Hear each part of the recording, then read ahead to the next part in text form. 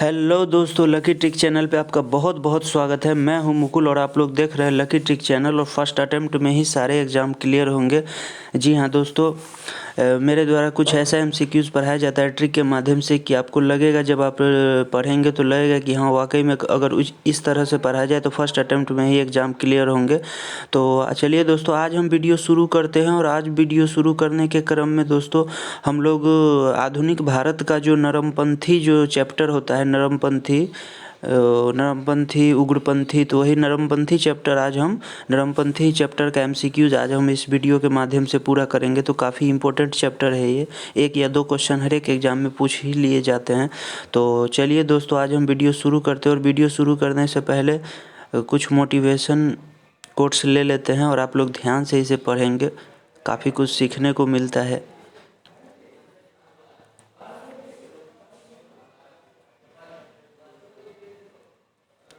तो उम्मीद करता हूँ दोस्तों आपने मोटिवेशन कोट पढ़ लिया होगा। तो चलिए दोस्तों, वीडियो को शुरू करते हैं। और वीडियो को जब आप यूट्यूब पर देखेंगे तो कुछ इसी तरह का आएगा जब आप सर्च करेंगे। तो आज हम यही नरमपंथी पढ़ेंगे आधुनिक भारत के तहत। नरमपंथी जिसको उदारवादी चरण भी कहते हैं, इसका चरण जो होता है दोस्तों 1885 से 1905 भी होता है। तो ये भी ध्यान रखेंगे, कभी कभी उसका चरण भी पूछ लिया जाता है। तो चलिए दोस्तों, आज हम नरमपंथी उदारवादी चरण का 1885 से 1905 तक का एमसीक्यूज करेंगे।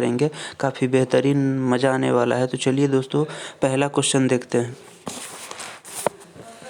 भारतीय राष्ट्रीय आंदोलन के 1885 से 1905 की अवधि को क्या कहा जाता है? देखिए दोस्तों, वही क्वेश्चन जो मैंने बोला था इस तरह पूछ भी लिए जाते हैं। तो पहला जो है उसको क्या कहा जाता है? उदारवादी चरण। उदारवादी नहीं दे तो इसको क्या कहेंगे? नरमपंथी चरण। भारतीय इतिहास में 1885 ईस्वी प्रसिद्ध है। तो 1885 ईस्वी क्यों प्रसिद्ध है? क्योंकि 1885 में भारतीय राष्ट्रीय कांग्रेस की स्थापना हुई थी। और इसकी स्थापना किसने की थी दोस्तों? एयो ह्यूम ने की थी। एयो ह्यूम ने।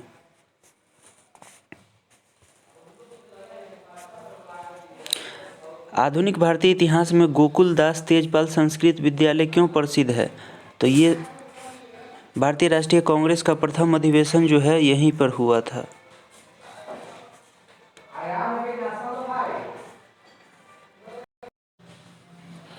तो भारतीय राष्ट्रीय कांग्रेस का प्रथम अधिवेशन दोस्तों यहीं पे हुआ था। तो चलते हैं दोस्तों नेक्स्ट क्वेश्चन पे और देखते हैं क्या है नेक्स्ट क्वेश्चन। और 1885 और 1905 के काल के राष्ट्रीय आंदोलन में उदारवादी नेताओं का प्रभुत्व था। उनके आंदोलन का मुख्य ढंग क्या था? तो मुख्य ढंग था संवैधानिक आंदोलन। ये लोग संवैधानिक तरीके से लड़ते थे। ये लोग जो है वो संवैधानिक तरीके से, उदारवादी, उदार मतलब क्या? दिल से अच्छा। दिल से अच्छा मतलब क्या? ये कोई भी काम उल्टा सीधा तो नहीं करेंगे, यानी संवैधानिक यानी संविधान के अकॉर्डिंग ही करेंगे। तो संवैधानिक आंदोलन ये लोग करना चाहते थे। तो उदार से हम लोग समझेंगे। भारतीय राष्ट्रीय कांग्रेस की पहली बैठक किस शहर में हुई थी? तो पहली बैठक जो दोस्तों हुई थी वो हुई थी कब? वो कहाँ हुई थी? बम्बई में हुई थी। पहली बैठक जो हुई थी बम्बई में हुई थी। और चलिए दोस्तों देखते हैं अगले क्वेश्चन को क्या है। निम्नलिखित कांग्रेसी नेताओं में से किसको भारत का महान वृद्ध व्यक्ति कहा जाता है? कांग्रेसी नेताओं में से किसको भारत का महान वृद्ध व्यक्ति कहा जाता है? तो नो डाउट दोस्तों आप लोगों को पता होगा, दादा भाई नौरोजी को grand old man of India भी कहा जाता है, भारत का महान वृद्ध व्यक्ति। किस गवर्नर जनरल के कार्यकाल के दौरान भारतीय राष्ट्रीय कांग्रेस बनी थी? यानी 1885 में जो दोस्तों पूछा गया था कि 1885 ईस्वी में भारतीय राष्ट्रीय कांग्रेस की स्थापना हुई थी, उस समय गवर्नर जनरल कौन था? तो ये था दोस्तों लॉर्ड डफरिन। तो इसको आप याद करने के लिए क्या करेंगे? देखिए दोस्तों, जब कांग्रेस की स्थापना हुई थी, जब कांग्रेस की स्थापना 1885 ईस्वी में हुई थी, तो कोई भी चीज़ का स्थापना होता है तो क्या बोलता है, क्या बजता है? ढोल नगारा सब बजता है। ढोल नगारा डफली सब बजता है। तो डफली, ढोल नगारा, डफली से याद रखेंगे डफरीन। तो यानी किसी भी चीज़ का स्थापना होता है, खुशी का माहौल होता है, वो स्थापना होता है तो वो स्थापना होते ही क्या बोलता है? ढोल नगारा डफली सब बजता है। तो डफली बजता है, तो डफली से डफरीन याद रखेंगे। दोस्तों चैनल को भी सब तक सब्सक्राइब नहीं किया तो ज़रूर सब्सक्राइब कर लेंगे, क्योंकि अभी तक के YouTube के इतिहास में मुझे नहीं लगता कि आपको इस तरह से ट्रिक के माध्यम से एक एक MCQs को डील करते हुए बताया जाता होगा। तो इसीलिए चैनल को सब्सक्राइब करें, या आप ही को दोस्तों फ़ायदा होगा। मैं चाहता हूं कि आप इस तरह के चैनल को सब्सक्राइब करें ताकि आप लोगों को ज़्यादा से ज़्यादा फ़ायदा हो और इधर उधर ज़्यादा ना भटकना पड़े, एक ही जगह सारे एमसीक्यू जितने भी सब्जेक्ट का है मिल जाए ताकि आप जल्दी से सफल हो, यही मेरी कामना है। तो चलिए दोस्तों 8वां नंबर देखते हैं। भारतीय विश्वविद्यालय अधिनियम 1904 किस वायसराय के काल में पारित हुआ था? और एक दोस्तों मैं यहाँ पे एक बात और बता दूँ कि मैं अपने एग्ज़ाम के यूपीएससी का सफ़र जो मेरा रहा और एग्ज़ाम एक्सपीरियंस के हिसाब से मैं बता सकता हूँ कि किस तरह से पढ़ा जाए ताकि पहले अटेम्प्ट में ही एग्ज़ाम को क्लियर किया जाए। तो मैं अपना सारे एग्ज़ाम को एक्सपीरियंस करके मैं यहाँ पे कोई भी चीज़ें लाता हूँ। अगर आप मेरे करेंट अफेयर्स को पढ़ेंगे तो करेंट अफेयर्स में मैं वही करेंट अफेयर्स देता हूँ जो दोस्तों 110% आएंगे आपको एग्ज़ाम में, फिक्स है, उसी से आएंगे ही आएंगे। तो मेरे द्वारा करेंट अफेयर्स भी आप लोग वहाँ जाके पढ़ सकते हैं। तो चलिए दोस्तों 8वां नंबर क्वेश्चन देखते हैं। भारतीय विश्वविद्यालय अधिनियम 1904 किस वायसराय के काल में पारित किया गया था? दोस्तों एक बात और मैं बता दूं, वायसराय, गवर्नर जनरल, ये सब मैं कुछ ही दिनों में वायसराय गवर्नर जनरल को सीक्वेंस में कैसे याद रखें और उसको कैसे मतलब डेट वाइज याद रखें, उसको मैं एक ट्रिक के माध्यम से, काफ़ी इंटरेस्टिंग ट्रिक है, वो हनुमान जी के ट्रिक पे होगा दोस्तों। हनुमान जी के ट्रिक पे होगा।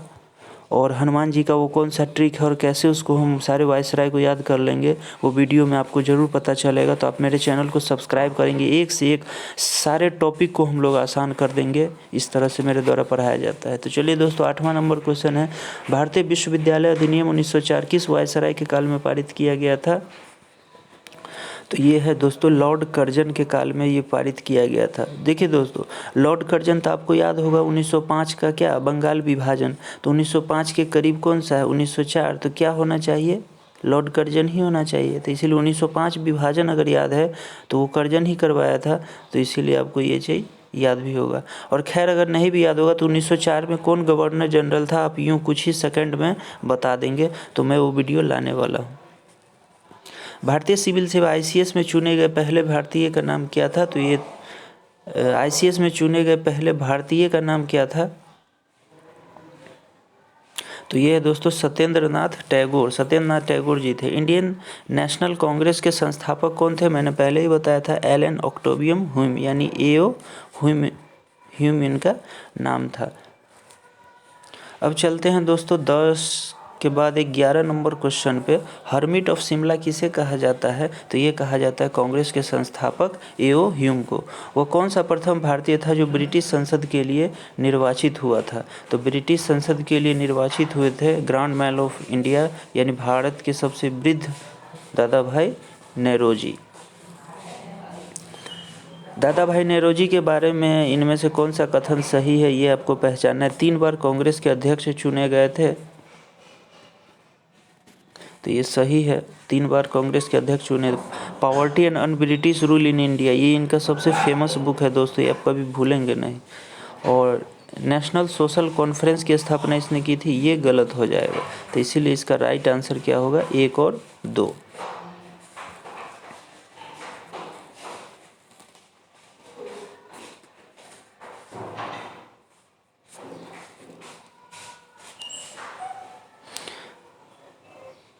भारतीय राष्ट्रीय कांग्रेस का प्रथम अधिवेशन लगभग आखिरी समय पर क्या बोलते हैं कलकत्ता से बम्बई स्थानांतरित किया गया था। क्यों किया गया था दोस्तों? तो ये किया गया था, बम्बई के गवर्नर कांग्रेस के प्रथम अध्यक्ष बनने के लिए एओ ह्यूम सुझाव से सहमत थे। A nation in the making नामक पुस्तक किसने लिखी थी? तो ये लिखी थी सुरेंद्र नाथ बनर्जी ने। 19वीं सदी के अंतिम चतुर्थांश में वो कौन सा तत्व था जिसने भारत में एक समय राष्ट्रीय दृष्टिकोण के उत्थान में एक महत्वपूर्ण भूमिका निभाई थी? तो ये है दोस्तों देश का प्रशासनिक और आर्थिक एकीकरण, पाश्चात्य विचार एवं शिक्षा, प्रेस एवं साहित्य की भूमिका एवं भारतीय अतीत का पुनर्वेशन, इसीलिए इसका राइट आंसर सभी हो जाएगा। अब देखते हैं दोस्तों 1885 ईस्वी में भारतीय राष्ट्रीय कांग्रेस की स्थापना के पीछे कुछ तात्कालिक कारण थे, निम्नलिखित से कौन से कारण इनमें शामिल नहीं थे? तो 1870-80 का द्वितीय आंग्ल अफगान युद्ध जो है ये शामिल नहीं था। अब चलते हैं दोस्तों 18 नंबर क्वेश्चन पे। किस ब्रिटिश वायसराय ने 1880 के दशक के प्रारंभ में विदेशी शासन के विरुद्ध भारतीय असंतोष को बढ़ाने में महत्वपूर्ण भूमिका निभाई थी? तो ये है दोस्तों लिटन, लॉर्ड लिटन। लिटन द्वारा प्रस्तावित वैधानिक जनपद सेवा, जिसके तहत परीक्षा की आयु 21 वर्ष से घटाकर 19 वर्ष कर दी गई, ऐसा कब किया गया था? तो ये किया गया था 1878 को। इल्बर्ट बिल विवाद किस वायसराय के कार्यकाल में उभरा था? देखिए दोस्तों, इस तरह के क्वेश्चन को आप बस अगर वायसराय, अगर ये सब याद रहा कि वायसराय का कार्यकाल कितने से कितने तक था, तो आप इससे भी क्वेश्चन को टिक कर सकते हैं। क्योंकि वायसराय याद हो जाएगा तो लिटन, गवर्नर जनरल, वायसराय जो याद हो जाएगा तो आपको क्या होगा कि उनका कार्यकाल याद हो जाएगा। तो उनसे संबंधित उनका कार्यकाल अगर 1878 में होगा, जैसे लिटन का कार्यकाल 1878 में होगा, तभी तो उस काल में ये काम किए होंगे।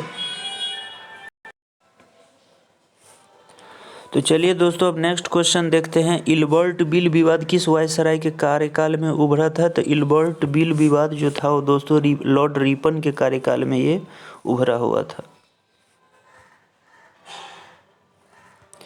भारतीय संघ के संस्थापक कौन थे? तो भारतीय संघ के संस्थापक थे दोस्तों दादा भाई नौरोजी। भारतीय राष्ट्रीय कांग्रेस की अध्यक्षता किसने की? तो भारतीय राष्ट्रीय कांग्रेस की अध्यक्षता किसने की थी दोस्तों? तो ये दादा भाई नौरोजी ने। यानी इसका कहने का मतलब है इन तीनों ने नहीं किया था। देखिए दोस्तों, आपको आश्चर्य लगेगा कि बाल गंगाधर तिलक भी एक भी बार भारतीय राष्ट्रीय कांग्रेस की अध्यक्षता नहीं कर पाए थे। तो इसीलिए इसका राइट आंसर क्या हो जाएगा? दादा भाई नौरोजी ने अध्यक्षता की थी और इन तीनों ने क्या किया था? नहीं किया था। तो इसीलिए इसका राइट आंसर सी, दादा भाई नौरोजी हो जाएगा।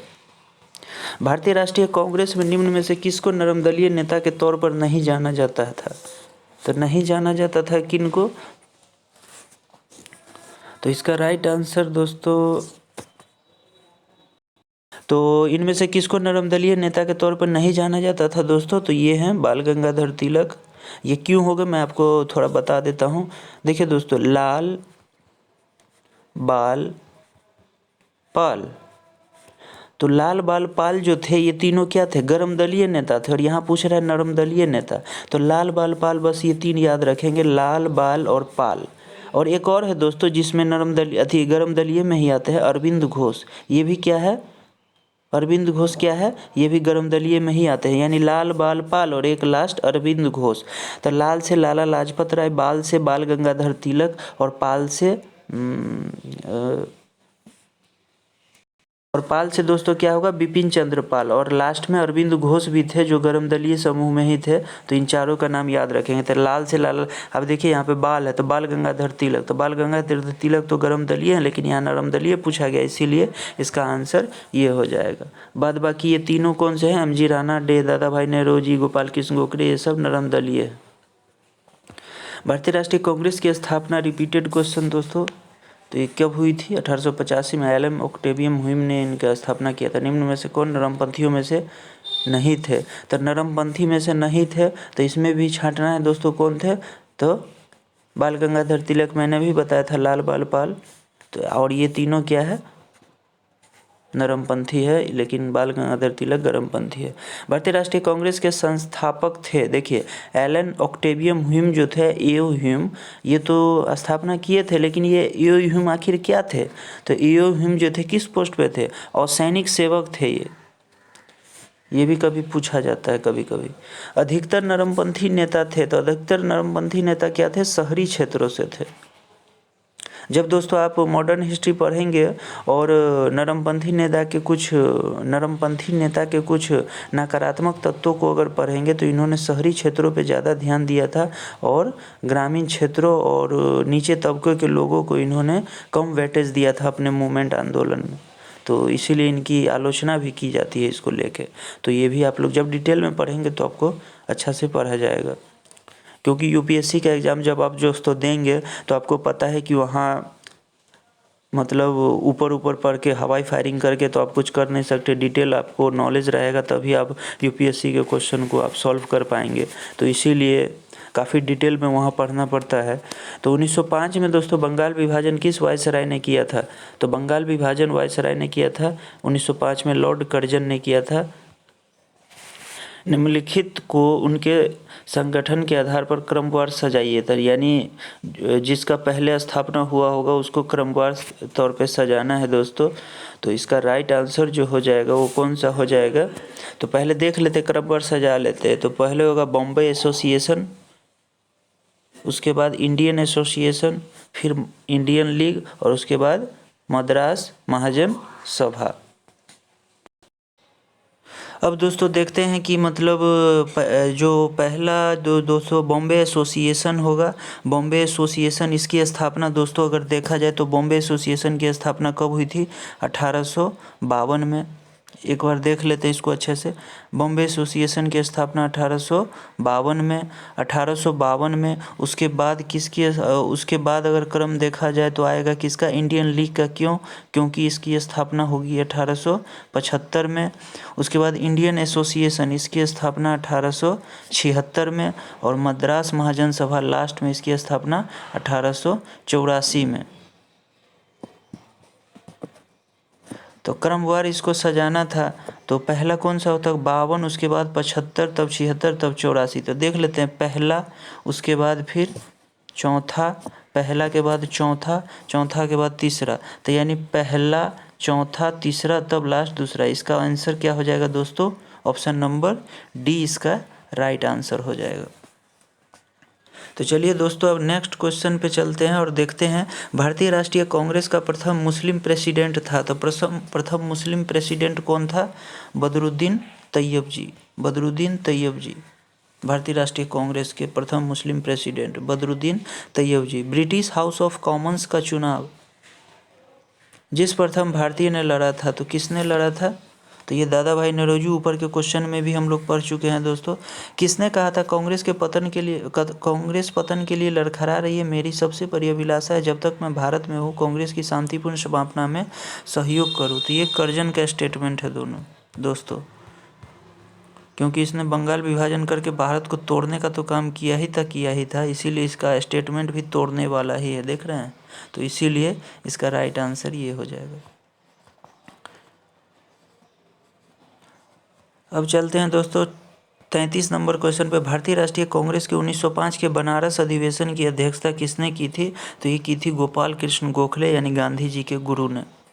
निम्नलिखित में से कौन भारतीय राष्ट्रीय कांग्रेस के स्थापना अधिवेशन में उपस्थित नहीं थे, तो स्थापना अधिवेशन में उपस्थित नहीं थे कौन, तो ये सुरेंद्र नाथ बनर्जी अनुपस्थित थे, क्योंकि ये कांग्रेस के एक मतलब समानांतर जो शाखा बन रही थी, तो इसमें ये क्या थे, उस दिन इन्वॉल्व थे, उसी में ये चले गए थे, इसीलिए अनुपस्थित थे। भारतीय राष्ट्रीय कांग्रेस के पहले अध्यक्ष कौन थे, तो भारतीय राष्ट्रीय कांग्रेस के पहले अध्यक्ष WC बनर्जी। दोस्तों ध्यान यहाँ पे रखना है, एओ हिम से कंफ्यूज नहीं करेंगे, क्योंकि इन्होंने स्थापना किया था, यहाँ पहले अध्यक्ष पूछ रहा है, इसीलिए WC बनर्जी। भारत के पहले लोक संघ यानी लैंड होल्डर सोसाइटी की स्थापना कब हुई थी, तो इसकी स्थापना हुई थी 1837 में। लैंड होल्डर सोसाइटी की स्थापना किसके कल्याण के लिए की गई थी, तो ये की गई थी जमींदार। लैंड होल्डर किसको बोला जाता है दोस्तों, जमींदार को इंग्लिश नाम में, इसीलिए इसका सिंपल आंसर। दादा भाई नौरोजी ने 1866 में ईस्ट इंडिया एसोसिएशन की स्थापना कहाँ की थी, तो ये दोस्तों लंदन में इन्होंने स्थापना किया था। तो 1870 में पूना सार्वजनिक सभा की स्थापना किसने की थी, तो पूना सार्वजनिक सभा की स्थापना जो दोस्तों वो किसने की थी, ये किए थे महादेव गोविंद रानाडे ने। अब देखते हैं निम्नलिखित कथनों पर विचार करना है कि इनमें से कौन से सही हैं। तो सही कथनों को पहचानना है दोस्तों।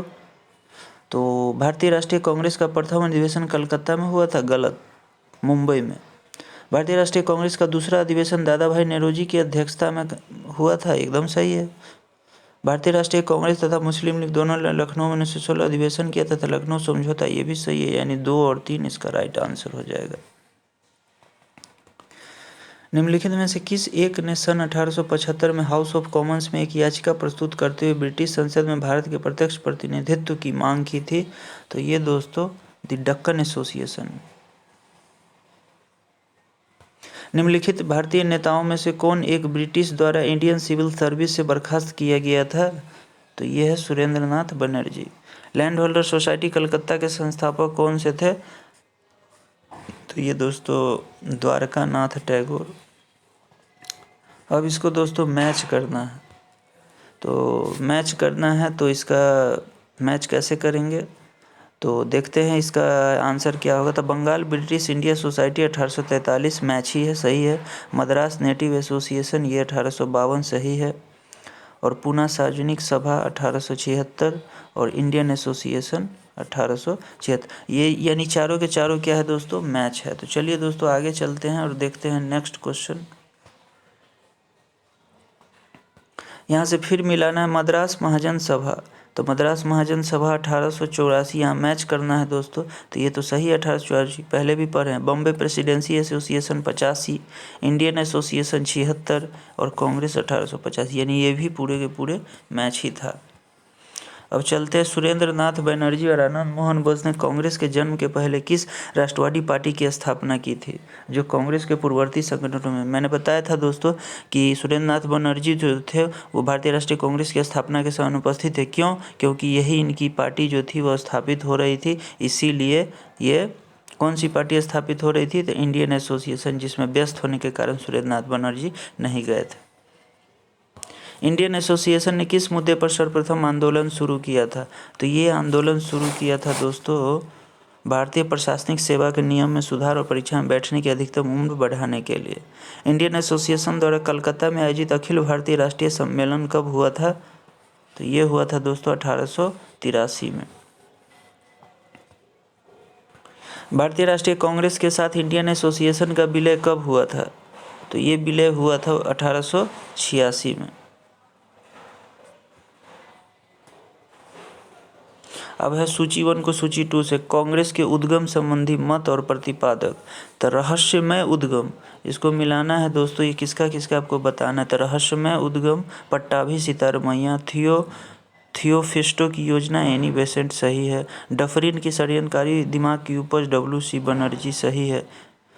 सुरक्षा कपट यानी सेफ्टी बल्ब जो है, तो इसका राइट आंसर दोस्तों क्या है, सेफ्टी बल्ब। ये सभी के सभी क्या थे, मैच थे, तो इसका राइट आंसर ये हो जाएगा।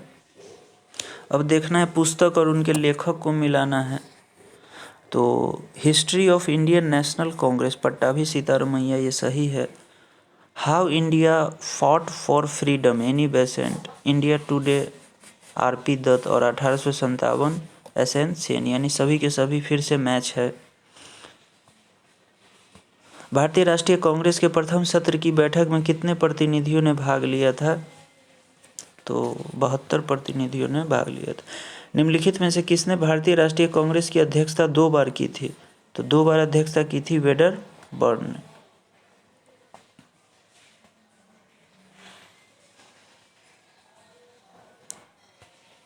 किसने कहा ब्रिटिश शासन एक अस्थायी बढ़ता हुआ और लगातार बढ़ता हुआ विदेशी आक्रमण है जो धीरे धीरे ही सही मगर पूरी देश को नष्ट कर रहा है। ये स्टेटमेंट है दादा भाई नौरोजी का। निम्नलिखित में से किसने एक सार्वजनिक भाषण में भारतीय राष्ट्रीय कांग्रेस पर हमला किया तथा उसे जनता की एक बहुत सूक्ष्म भाग का प्रतिनिधि बताकर उसकी हंसी उड़ाई थी, तो ये है डफरिन। स्टेटमेंट फिर से है दोस्तों, किसने कहा था मुझे खुशी है कांग्रेस बराबर नीचे की ओर जा रही क्योंकि यह राजद्रोही संस्था और इसके नेता संदिग्ध चरित्र के लोग हैं, तो ये एल्गिन द्वितीय।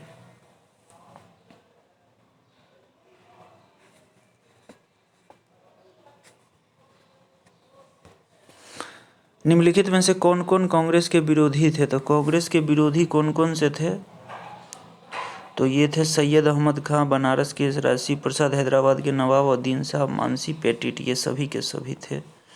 उदारवादियों की कार्य पद्धति के साधन क्या थे, तो ये थे प्रार्थना, याचना और विरोध, यानी संवैधानिक तरीके से। उदारवादियों की कार्य पद्धति को किसने भिखमंगी राजनीति की संज्ञा दी थी, तो ऑब्वियसली है उदारवादियों की कार्य पद्धति को उग्रवादी ही चैलेंज करेंगे, तो इसका राइट आंसर ये हो जाएगा। ब्रिटिश साम्राज्य के अंतर्गत स्वशासन की मांग सबसे पहले किसने और कब की, तो दादा भाई नौरोजी ने। उदारवादियों का सबसे प्रमुख योगदान क्या था, तो यह था ब्रिटिश शोषण नीति की ओर जनता का ध्यान आकर्षित करना। किसने कहा था हमें मर्दों की तरह खुलकर रहना चाहिए कि हम अपनी मज्जा मज्जा तक राजभक्त है, हमें अंग्रेजी राज्य से हुए फायदों का ज्ञान है। तो ये दोस्तों दादा भाई नौरोजी।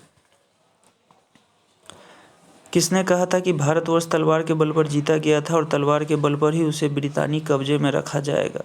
तो ये दोस्तों एल्गिन।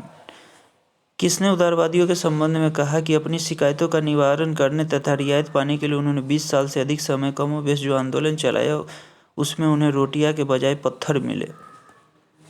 तो यह है लाला लाजपत राय। किस उग्रवादी नेता ने उदारवादियों के संबंध में कहा था, यदि हम साल में एक बार मेढक की तरह टर्रा के चुप होते हैं तो हमें कभी भी अपने प्रयासों में सफलता नहीं मिलेगी? तो ये कहा था बाल गंगाधर तिलक ने। 1857 में किसकी गिरफ्तारी के बाद राष्ट्रीय कांग्रेस में एक नया मोड़ आया? तो एक नया मोड़ आया बाल गंगाधर तिलक। 67 नंबर। निम्नलिखित में से किसने इंडियन नेशनल कांग्रेस की नरमदलीय राजनीति की व्यवस्था आलोचना न्यू लैम्प्स फॉर ओल्ड शीर्षक लेखों की श्रृंखला में की है? तो ये है दोस्तों अरविंद घोष। गोपाल कृष्ण गोखले ने किस वर्ष में भारत सेवक मंडल की स्थापना की थी? तो ये है दोस्तों 1905। भारत में लॉर्ड कर्जन के प्रशासन की तुलना औरंगजेब से किसने की थी? तो ये गोपाल कृष्ण गोखले ने की थी।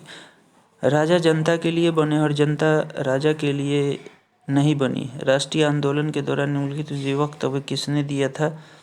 तो ये वक्तव्य दिया था दोस्तों दादा भाई नौरोजी ने।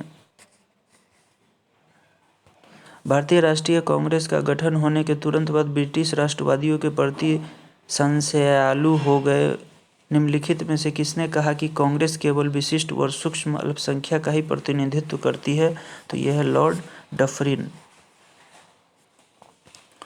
इनमें से किसने यह लिखा कि कांग्रेस का जन्म एक षड्यंत्र के तहत हुआ जिसका उद्देश्य था भारत में एक लोकप्रिय जन उभार को पहले से रोकना और पूंजीवादी नेता इसमें शामिल थे? तो ये है दोस्तों आरपी दत्त ने ऐसा कहा था। तो उम्मीद करता हूँ दोस्तों ये वीडियो आपको काफ़ी पसंद आया होगा। तो चैनल अभी तक आपने सब्सक्राइब नहीं किया तो सब्सक्राइब कर लेंगे और बेल आइकन ज़रूर दबाएंगे ताकि आपको वीडियो का नोटिफिकेशन मिलता रहे। तो मिलते हैं दोस्तों एक नए वीडियो में। और वायसराय गवर्नर जनरल जितने भी होते हैं वो सभी को ट्रिक के माध्यम से, हनुमान जी के ट्रिक आखिर होता क्या है आपको वीडियो में मिलेगा। तो उस वीडियो का आप लोग इंतज़ार करेंगे। तो जितने भी वायसराय और गवर्नर जनरल जो भी है ये सब आपको चुटकियों में याद हो जाएंगे। तो चैनल को आप ज़रूर सब्सक्राइब कीजिएगा। यहाँ एक से एक धांसू ट्रिक के माध्यम से आपको सभी चीज़ बताई जाएगी और आप एक बार में एग्ज़ाम क्लियर करेंगे इस चैनल के माध्यम से। तो चलिए दोस्तों मिलते हैं नेक्स्ट वीडियो में, तब तक के लिए जय हिंद जय भारत।